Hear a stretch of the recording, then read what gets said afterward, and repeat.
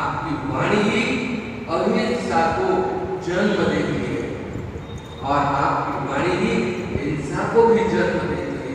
इसीलिए जीवन में अहिंसा और सत्य का आचरण करें, क्योंकि जीवन को उन्नति के लिए बहुत जरूरी है हम धर्म के लक्षणों को अपने जीवन में महत्व दें।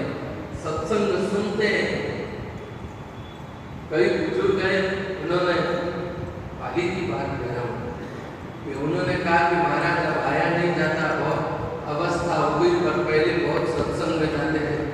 मैं कहता हूँ कि अब सत्संग बहुत सुन लिया, अब मनन करने की अवस्था आ गई। आप उस पद पर चले गए जहाँ आपको मनन करना चाहिए और मनन करके निदिध्यासन करना चाहिए, क्योंकि व्यवहार में केवल सुने ही सुने सुने ही सुने तो वो उपयुक्त नहीं है। आदमी जीवन भर पढ़ाई पढ़ाई करे और कमाई नहीं करे तो कैसे चले? चाहे भौतिक जगत में क्यों नहीं हो, बहुत पढ़ लिया हो, सीए कर लिया हो, सब कुछ पढ़ाई कर लिया हो, और फिर भी वो कहे नहीं मैं तो इसके ऊपर भी मास्टरी करना चाहता हूँ। मास्टरी कर ले भाई, उसके बाद में भी वो कहे मैं और पढ़ाई करना चाहता हूँ, तो माता पिता क्या कहेंगे? अरे भाई पढ़ाई तो बहुत हो गई, अब थोड़ा कमा भी तो सही। केवल पढ़ता ही पढ़ता रहेगा, जीवन भर पढ़ता ही रहेगा ऐसा मत कर, कुछ कमा तो सही।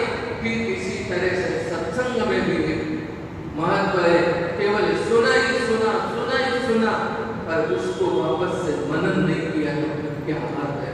घर में जिस तरीके से बालक आते हैं, छोटे छोटे बालक अपना होमवर्क लेकर के आते हैं, इसी तरह से आप भी होमवर्क करो कि आज मैंने कथा में क्या सुना, आज मैंने कथा में जो सुना वो मुझे याद भी है कि नहीं है, और अगर याद है तो मैं उसे अपने जीवन में कितना उतार सकता हूँ, उसके लिए प्रयत्न करना चाहिए व्यक्ति को। क्योंकि जीवन की सुंदरता इसी में है, 1000 वर्षों तक सुन लो और जीवन में कोई परिवर्तन न आए तो सुनने का क्या अर्थ? केवल फिर तो वही बात हो गई कि एक आदमी घड़ा लेकर के गया हेडपंप पे या बोरिंग पर गया, और बोरिंग के आगे जाकर के उसे उल्टा रख दिया और रख करके उसे चालू कर दिया, और वो गए देखो ये पक्षपात करता है मेरे साथ, हेडपंप पक्षपात करता है, ये बोरिंग पक्षपात करता है, दूसरों के तो घड़े भरता है पर मेरे नहीं भरता। अरे भाई तूने तेरा पात्र ही उल्टा रख दिया, तो सीधा तो रख, ये कोई पक्षपात नहीं करता।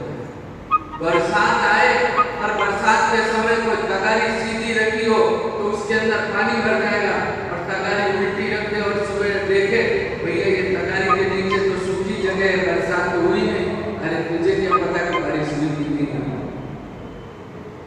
सीधी तो रखता, तो घर में तगारी रखी हो तो उल्टी रखना हो, हाँ नहीं तो मच्छर पैदा हो जाएगा। मलेरिया का बहुत रोग फैलता है, पानी भरा रहता है।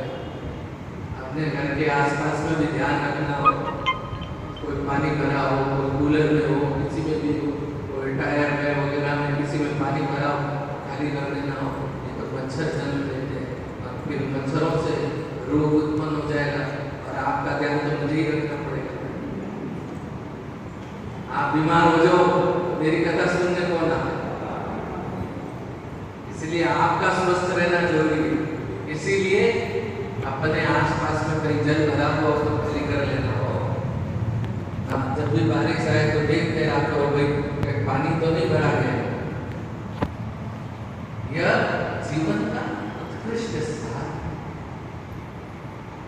कि केवल सुना ही सुना और जीवन में नहीं उतरा तो उसका भी कोई अर्थ नहीं, और जीवन में उतर गया और सत्संग नहीं है तो कोई उसका महत्व नहीं कि भाई सत्संग जीवन को परिवर्तित करने के लिए, इसके लिए नहीं है कि आप उसे सुनते ही जाओ सुनते ही जाओ।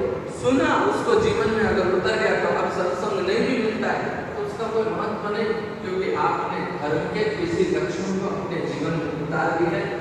अब उस आचरण से आपकी श्रेष्ठता, आपका मोक्ष, आपको स्वर्ग सब प्राप्त हो जाएगा।